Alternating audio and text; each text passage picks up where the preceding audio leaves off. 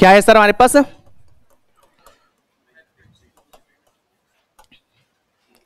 Manufacturing of cement, manufacturing of cement.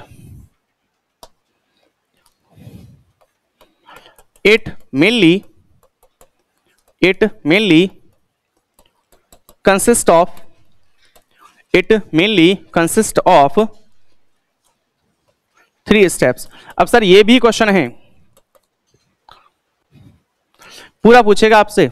Manufacturing of cement अपने आप में क्वेश्चन है, और अपने आप में अगर क्वेश्चन फ्रेम करना चाहेगा तो 20 नंबर का। हाँ जी सर, अभी बता रहा हूं, ठीक है ना। क्वेश्चन ऐसे फ्रेम होगा sir,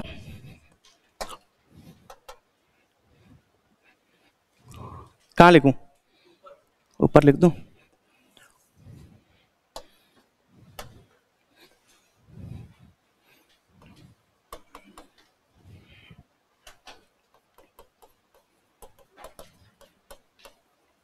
write the process for cement manufacturing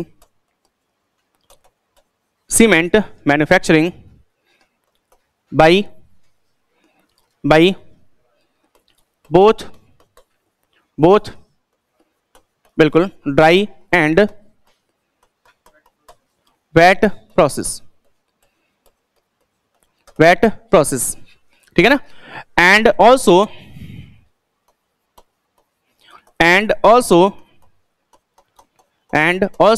right the short note, ये क्या आ रहा है इसमें बार बार? नेट ऑफ कर दे, कोई नहीं, चलने दो, बढ़िया है तो अच्छी बात है। अब हुआ ना, right the short note over या ऑन रोटेरी किल्न, ऐसे आएगा सर जी, है ना। हाँ, विद हाँ या नीट स्केच। कई बार बच्चे पूछते हैं सर मीन्स में मतलब डायग्राम जब मैं बनाऊं तो पेंसिल से बनाऊं, है ना, वो पूरा नया। सर ये गलती नहीं है, आपको ज़्यादा जादूगरी नहीं करनी है वहाँ पे कि एकदम बिल्कुल ऐसे जाना चाहिए, नहीं, आपको केवल ओवरव्यू देना वहाँ पे, है ना। हाँ, और समय का थोड़ा सा कंसर्न देख लेना, है ना, क्योंकि प्रेजेंटेशन जो मैटर तो करती है सर, प्रेजेंटेशन जो है वो मैटर तो करती है। अभी मैं कॉपी क्यों झांक रहा हूँ पीछे, ताकि मुझे ये पता चल सके कौन कौन से रैंकर हैं, सच बता रहा हूं, ताकि मुझे ये पता चल सके कि कौन कौन रैंकर हैं। प्रेजेंटेशन मैटर करेगी सर जी। लड़कियां क्यों बाजी मार जाती हैं? प्रेजेंटेशन कट ऑफ ही नहीं जाती, वो बात तो सही है सत्य वचन, लेकिन अच्छा यहां तो चलो कट ऑफ नहीं जाती, ठीक है। जब आप बीटेक में पढ़ रहे थे तब भी टॉपर उठा के देख लो ना, आपके में लड़के थे ना। हाँ, लेकिन टीचर लड़के थे, समझा ही नहीं ये क्या था। हाँ जी सर, सॉरी, गर्ल्स के लिए सॉफ्ट कॉर्नर रखते हैं, नंबर दे देते हैं, ऐसा। हाँ, तो टीचर को ये आइडिया भी तो लगना चाहिए कि ये जो लिख रहा है ये लड़की है लड़का है, राइटिंग से। तो मैं भी वही बोल रहा हूं, कैसे पता लगता है? राइटिंग से। अब इंटरनली तो क्या चल रहा है वो छोड़ो, है ना, बट ये जरूर है कि सर लड़कियों की प्रेजेंटेशन हमेशा से, क्योंकि वो आर्ट के लिए जानी जाती हैं यार, लड़कियां मतलब आर्ट, ऐसे मान लो। हाँ, लड़के, हम तो लड़के क्या झल्ले, देखो ये क्या लिख रहा हूं मैं, राइटिंग है ये, है बिल्कुल अलाउद्दीन खिलजी ऐसा, मतलब कुछ भी लिख देता हूं मैं, है ना, बिल्कुल। तो ये वाली बात है। हमें राइटिंग जो सबसे अच्छा है वो करण सर का है, एक तो मतलब टीचर्स में अगर देखें फैकल्टीज में तो करण सर का राइटिंग अच्छा है, और एक हरिओम सर का, है ना, हरिओम सर का। हाँ जी, हाँ हरिओम सर का पता नहीं कैसे सजा के लिखते हैं एकदम, हरिओम सर का और करण सर का, और तो पता नहीं मेरे को इतना पता नहीं, और तो सब है ना, मेरा एवरेज है, ऐसा कि समझ में आ जाता है। और तो बढ़िया लग रहा है ना, अरे बस इतना ही चाहिए था मेरे को। Write the process for cement manufacturing by both dry and wet process and also write the short note on rotary kiln with neat sketch, ऐसे पूछेगा सर। और कितने का, तो 20। सर अभी तक छोटे छोटे क्वेश्चन बहुत सारे देख चुके हैं अपन, 2 मार्क्स के, 5 नंबर के, है ना, 5 मार्क्स के, लेकिन 20 नंबर के क्वेश्चन अभी तक मैंने 3 ही फ्रेम किए। पहला वाला कौन सा, सीमेंट क्या होती है, उसके इंग्रेडिएंट और उसके फंक्शंस, ये पूरा क्वेश्चन एक 20 नंबर का। अब इसमें से तोड़ तोड़ के वो 5 नंबर के बना दे तो वो अलग बात है, लेकिन अगर आपने पूरा सेट कर रखा है, इसका मतलब तोड़ तोड़ के अगर कुछ भी पूछेगा तो वो आपको तुरंत समझ में आ जाएगा कि यहां से मुझे ये स्विच करना है। एक क्वेश्चन वो हो गया। दूसरा क्वेश्चन 20 नंबर का कौन सा, बोक्स कंपाउंड, कौन सा सर जी, बोक्स कंपाउंड, पूरा 20 नंबर का था, अभी डिस्कस किया अपन ने। और तीसरा अगर मैं 20 नंबर के क्वेश्चन की बात करूं तो मैन्युफैक्चरिंग ऑफ सीमेंट, कौन सा, मैन्युफैक्चरिंग ऑफ सीमेंट, बोली बात समझ आती है कि नहीं, ठीक है ना। चौथा जो बनेगा वो बनेगा टेस्ट से, कहां से, टेस्ट से, बोलेगा कि कोई भी 4 टेस्ट लिख दीजिए, किसके, सीमेंट के, कोई भी बोलेगा, क्योंकि वहां पे तो फिर गिर जाएगा ना कि अगर, या फिर अगर ऐसे 5-5 नंबर के 2 क्वेश्चन अगर फ्रेम करेगा, 10 नंबर का क्वेश्चन मान लीजिए, 5-5 नंबर के 2 फ्रेम कर दिए, बोलेगा इसको लिख दो और इसको लिख दो, ऐसे। जहां तक अभी तक जो पूछा गया है ईएससी में या और एग्जामिनेशन में या फिर आरपीएससी में, वो पूछा गया इसी प्रकार से कि कोई भी 4 टेस्ट लिख दीजिए, किसके, सीमेंट के, आपके श्रद्धा अनुसार है मामला, लिख दीजिए, जो आपको याद आ रहा है वो लिख दीजिए सही से, ठीक है ना, इस तरीके से। तो वहां से क्वेश्चन पूछेगा और फिर पूछ सकता है एक 20 नंबर का क्वेश्चन कहां से, टाइप ऑफ सीमेंट से, कहां से, टाइप ऑफ सीमेंट से। अगर 20 नंबर का क्वेश्चन अगर आपका रेडी है तो वहां से 5 नंबर का क्वेश्चन और 2 नंबर का क्वेश्चन निकालने में आपको दिक्कत नहीं आनी, सिंपल सी बात है ना। इसीलिए जब भी अपन प्रीलिम्स में पढ़ते हैं या कोई भी सब्जेक्ट अगर अपन पढ़ रहे हैं तो उसकी अगर हमारी कन्वेंशन जो अप्रोच है अगर वो सही है तो ऑब्जेक्टिव में डेटा के अलावा फिर हमें दिक्कत नहीं आती है। तो यही अप्रोच रखनी है आपको। मेजरली जो काम करना है वो टॉपिक कवर करना है कि हाँ क्या ये मेरा टॉपिक कवर हुआ, क्या इसमें जो 20 मार्क्स का क्वेश्चन है क्या मुझे क्लियर है। अगर आपको यहां पे ये क्लियर है ना कि ये क्वेश्चन के अलावा कोई क्वेश्चन इसमें टॉपिक में बन ही नहीं सकता 20 नंबर का, बस आधा मैच वहीं जीत रहे हो आप। सीमेंट से 5 क्वेश्चन बने, 4 20 नंबर के 5 है ना। कौन कौन से, एक तो पहले वाला फंक्शन वाला और वो सीमेंट वाला, एक बॉक्स कंपाउंड वाला, एक ये वाला, एक टेस्ट वाला और एक टाइप ऑफ सीमेंट वाला। 5 क्वेश्चन 20 नंबर के। अब इसमें से 5 नंबर का 2 नंबर का कुछ भी पूछ सकता है कि what is calcination, what is setting and hardening, ठीक है ना, difference between flash setting and false setting, ये सब देखेंगे अपन, डोंट वरी, ठीक है ना, बिल्कुल। लेकिन 20 नंबर के मैंने बताया आपको। तो मैंने बोला sir manufacturing of cement, manufacturing of cement में अगर मैं बात करूं तो manufacturing of cement it mainly consist of 3 steps. पहला है मेरे पास मिक्सिंग ऑफ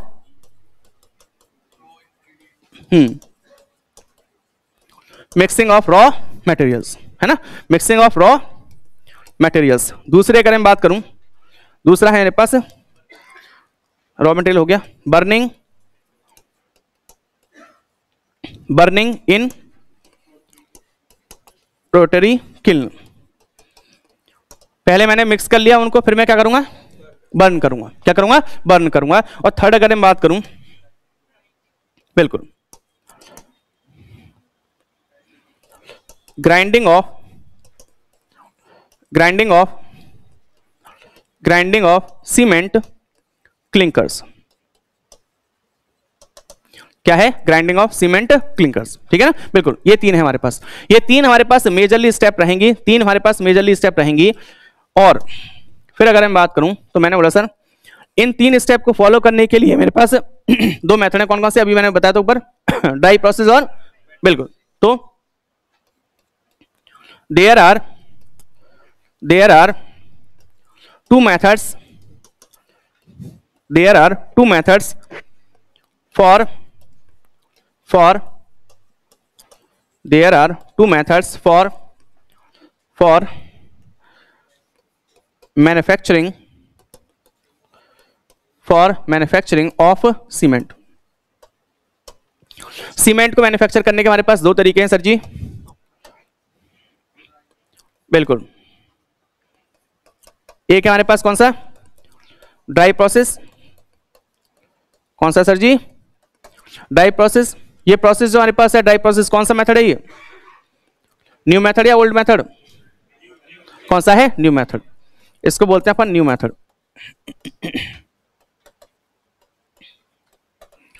और दूसरा जो हमारे पास तरीका है वो है हमारे पास वेट प्रोसेस,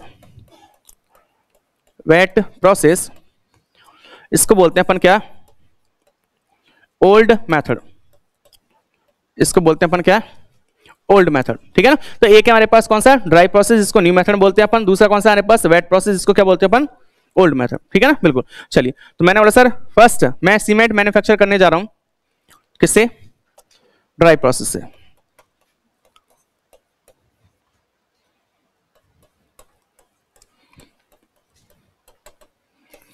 किससे, ड्राई प्रोसेस से, है ना, बिल्कुल। अब देखिए, पहले मैंने बोला सर कि पहले मेरे पास सबसे पहला जो काम है वो कौन सा है, मिक्सिंग ऑफ रॉ मटेरियल, बोलिए, बिल्कुल। तो मैंने बोला सर रॉ मटेरियल को अगर मुझे मिक्स करना है, रॉ मटेरियल को अगर मुझे मिक्स करना है, ये कौन सा प्रोसेस है, न्यू मेथड। याद करो जोसेफ एस्पेडिन थे हमारे पास, जोसेफ एस्पेडिन को अगर सीमेंट बनानी थी तो उन्होंने दो कंपाउंड लेने थे, एक तो कैलकेरियस और एक आर्जिलेसियस, ठीक है ना, बिल्कुल। तो मैंने बोला सर एक लेना था इनको कैलकेरियस और एक लेना था इनको आर्जिलेसियस। तो अगर मैं बात करूं यहां पे ले लिया, मान लीजिए इन्होंने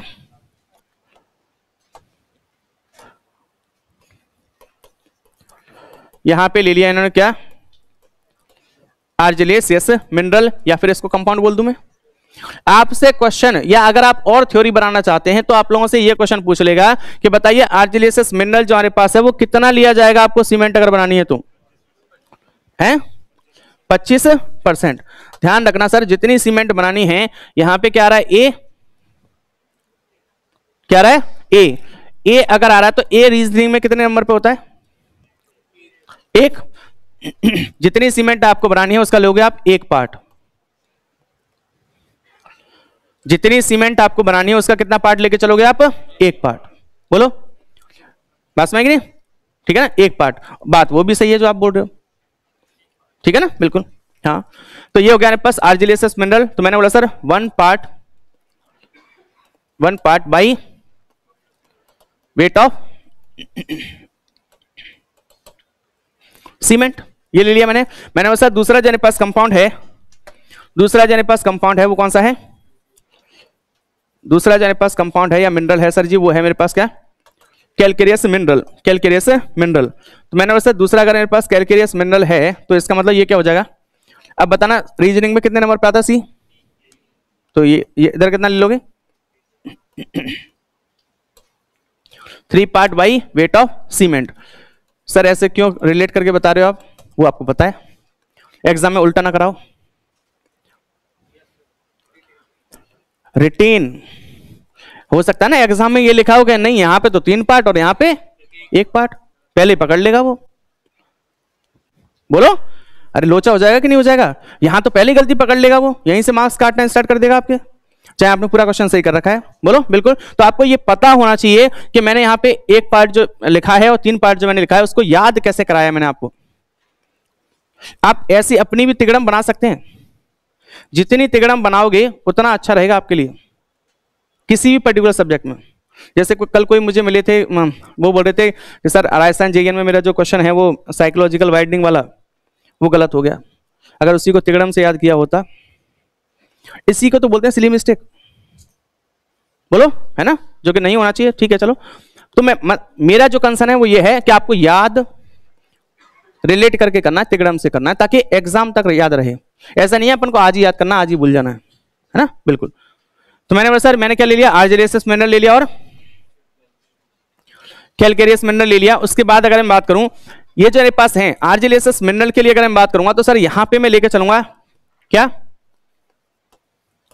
क्ले, बेसिकली तो यही है ना, बोलो, यहां पे मैं क्ले लेके चलूंगा और यहां पे अगर मैं बात करूंगा तो यहां पे मैं लेके चलूंगा क्या, लाइमस्टोन, यहां पे मैं लेके चल रहा हूं क्या, लाइमस्टोन। तो मैंने आपको बताया था सर कि जब सीमेंट में बनाऊंगा जब सीमेंट में बनाऊंगा तो इसका मतलब इनको मैं उखाड़ के लेके आ रहा हूँ कहीं से, ब्लास्ट करके।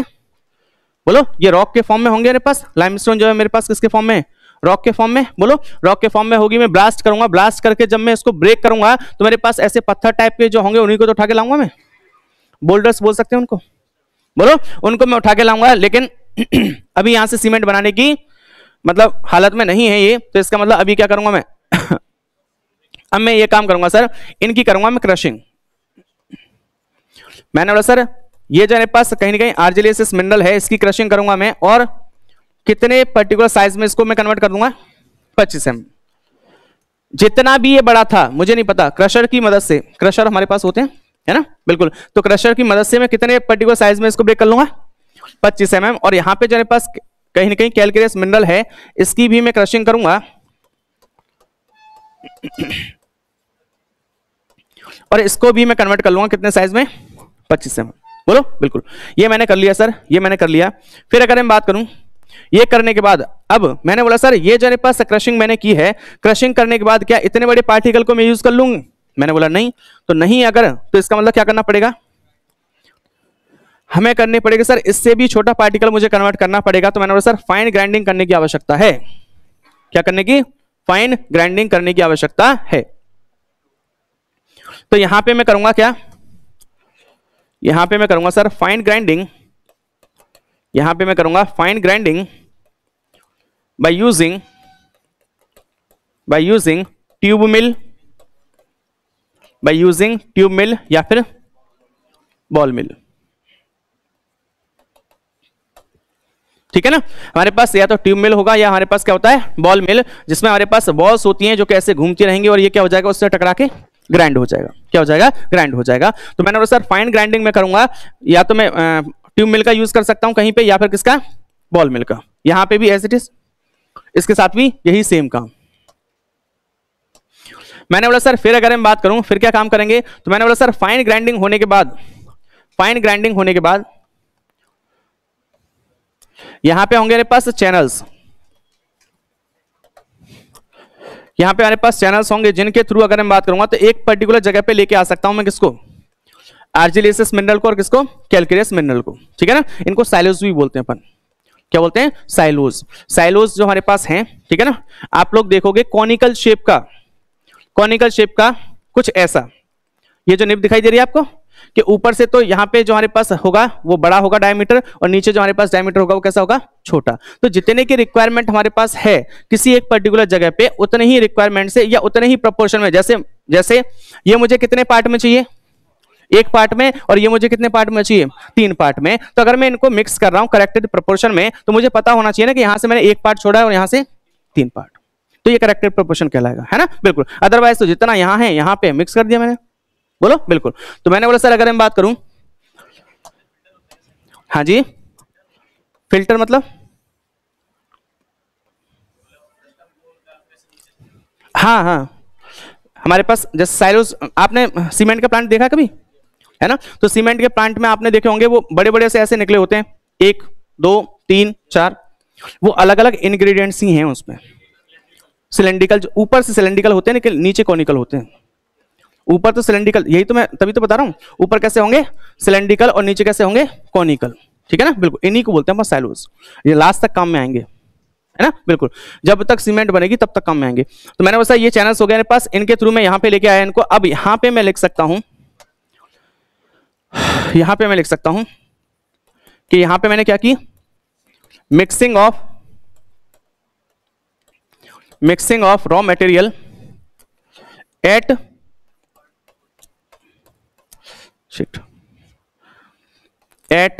Corrected proportion. करेक्टेड प्रपोर्शन का मतलब क्या है सर जी, एक पार्ट में ये और 3 पार्ट में ये मतलब है।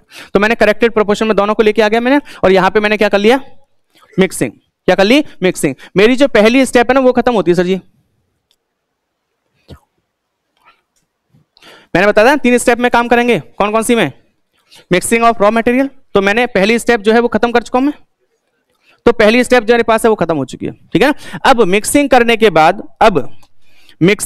बाद, मैंने बोला सर अब मैं ये काम करूंगा कि यहां पे मैंने मिक्सिंग की, मिक्सिंग करने के बाद अब ये जो मेरे पास कहीं ना कहीं मटेरियल है, इसको मैं करूंगा pre heating by exhaust gases. Exhaust gases, exhaust की स्पेलिंग सही लिखी है क्या मैंने? देखना एक बार, चेक करना। नहीं, एग्जॉस्ट की स्पेलिंग सही है क्या? अच्छा, एक्स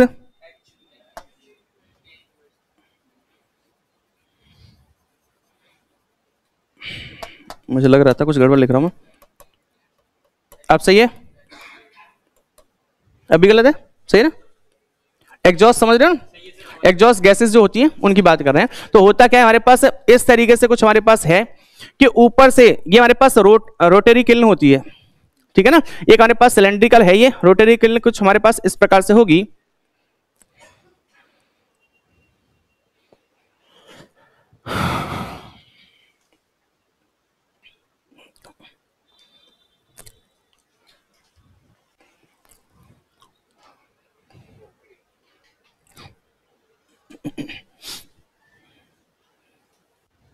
अरे खोदा पहाड़ और निकली चाहिए ऐसा।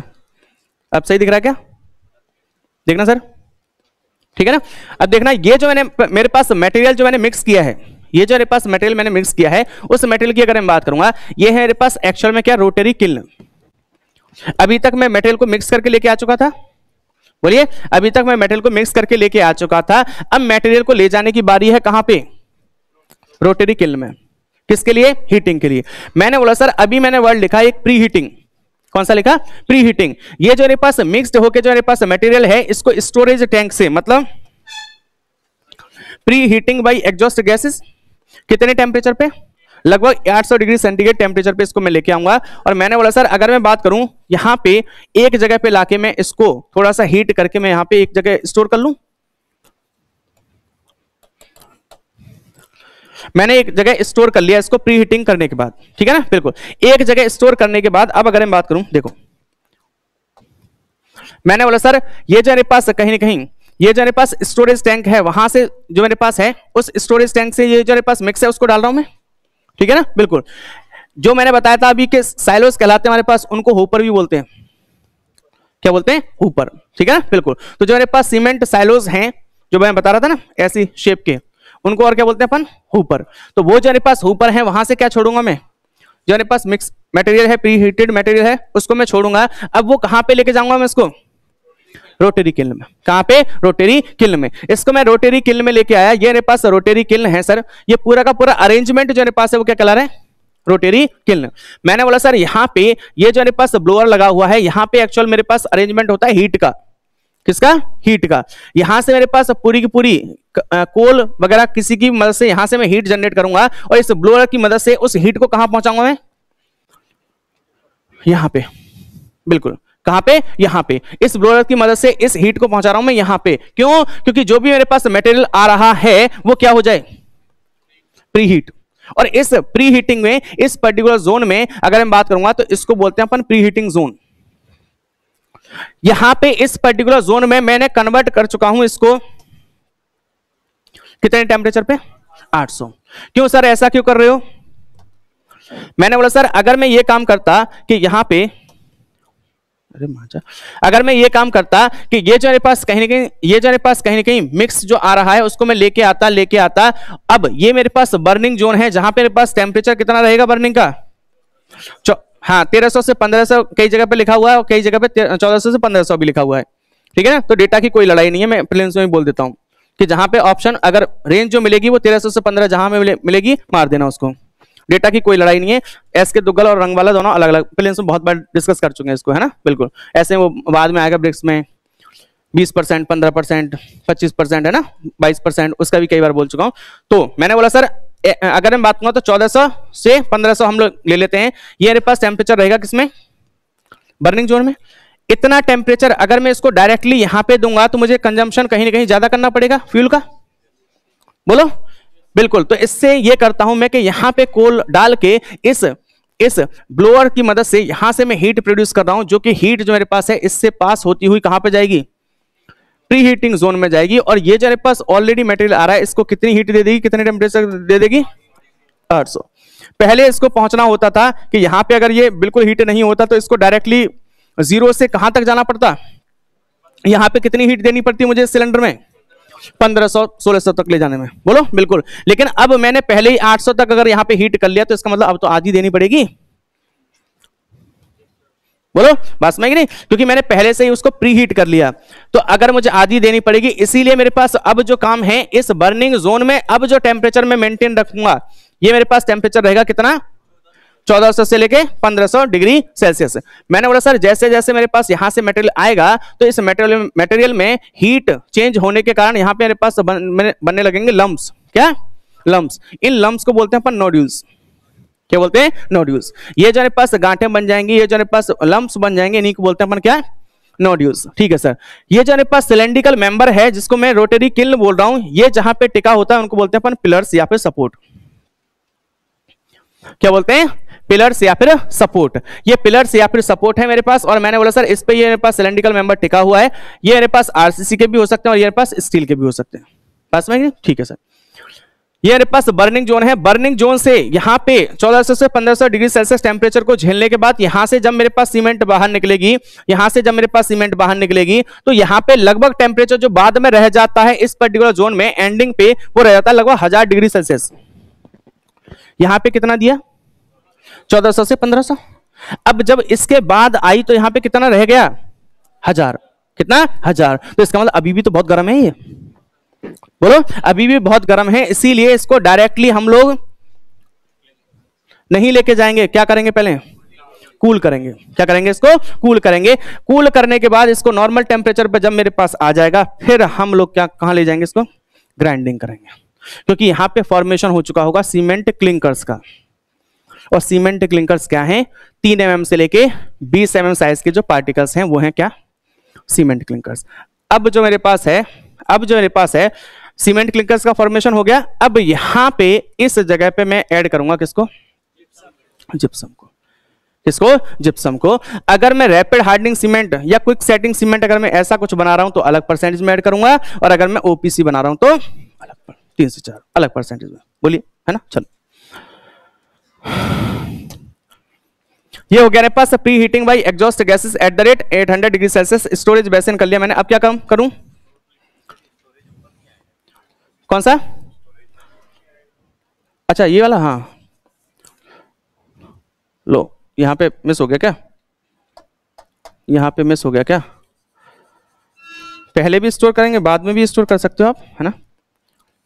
स्टोरेज बेसिन बेसिकली आपके पास करेक्टेड जो प्रोपोर्शन है ना, जहां पे भी मैं बार बार अगर मैं इसको सीमेंट को स्टोर करूंगा ना तो ये बात समझ लेना कि इसकी एक्यूरेसी बढ़ा रहा हूं मैं।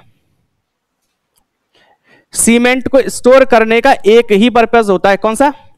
एक्यूरेसी बढ़ाना। क्यों? क्योंकि जितने प्रोपोर्शन में मुझे आगे मटेरियल चाहिए उतने ही प्रोपोर्शन में मैं एक बार में लेके जाऊं। एक्यूरेसी मतलब कि कितना मेरे पास सीमेंट जो मेरे पास है, जिस पर्टिकुलर अमाउंट या क्वालिटी में मैं सीमेंट को चाहता हूं उसी पर्टिकुलर अमाउंट और क्वालिटी में मुझे सीमेंट का प्रोपोर्शन मिले। क्वालिटी, हाँ मतलब, है ना? क्वालिटी ऑफ सीमेंट मतलब एक्यूरेसी। बस में तो जितनी बार मैं स्टोरेज बेसिन बढ़ाऊंगा तो सर और ज्यादा बढ़ा लो। अब ये भी नहीं है, हर एक चीज की अति बुरी है। मैं आपको मतलब समझा रहा हूं कि स्टोरेज बेसिन का मतलब क्या है? क्या बढ़ा रहा है? उसकी क्वालिटी बढ़ा रहा है, एक्यूरेसी बढ़ा रहा है, कि सीमेंट जो आपको प्राप्त होगी वो एक्यूरेट प्राप्त होगी। मैंने बोला सर ठीक है, प्री हीटिंग मैंने एग्जॉस्ट गैसेस कर दिया। अगर प्री हीटिंग करने के बाद एक बार ये मैंने किया सर, ये मैंने किया, प्री हीटिंग मेरे पास हो गई। अब मैं कहां ले जाऊं इसको? Fade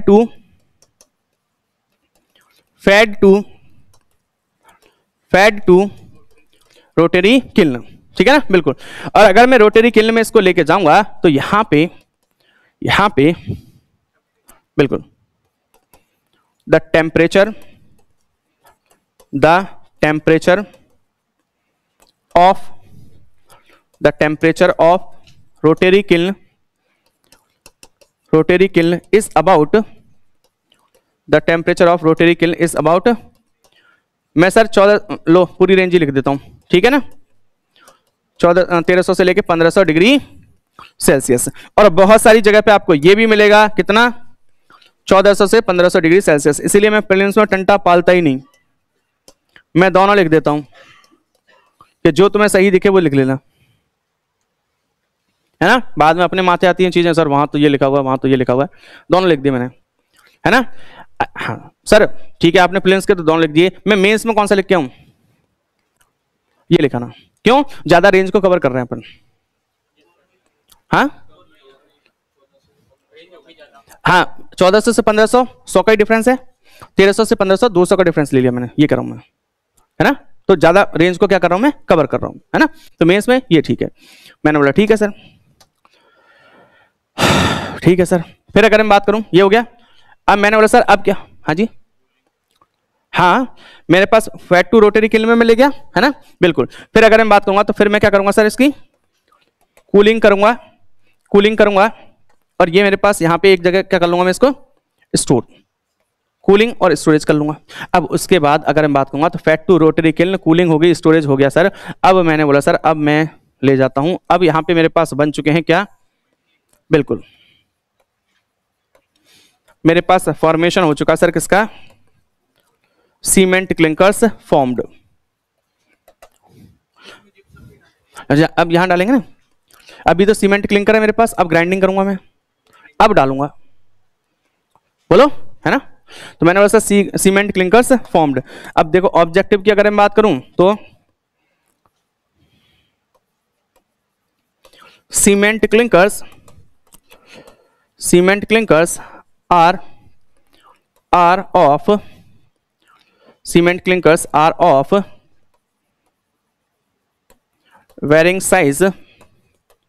varying size from 3 mm to, बताया था मैंने 3 mm टू 20 mm। और अगर मैं बात करूं सर, और इनका जो एवरेज साइज रहता है वो कितना रहेगा सर जी, 10 mm। कितना रहेगा सर जी, 10 mm। बोली बात में, है ना। तो ये मेरे पास क्या हो गए, सीमेंट क्लिंकर्स मेरे पास बन गए हैं। सीमेंट क्लिंकर्स के बारे में अगर पूछेगा तो कितना साइज रहेगा इनका, 3 से लेके 20 mm, और एवरेज साइज जो मेरे पास रहेगा इनका वो कितना, 10 mm, ठीक है। अब मैंने बोला सर सीमेंट क्लिंकर्स अगर बन चुके हैं तो क्लिंकर्स तो मेरे पास सीमेंट नहीं है, तो मैंने बोला सर क्या करना पड़ेगा, मैंने बोला सर फाइन ग्राइंडिंग करनी पड़ेगी वापस। अब मैं करूंगा वापस क्या, फाइन ग्राइंडिंग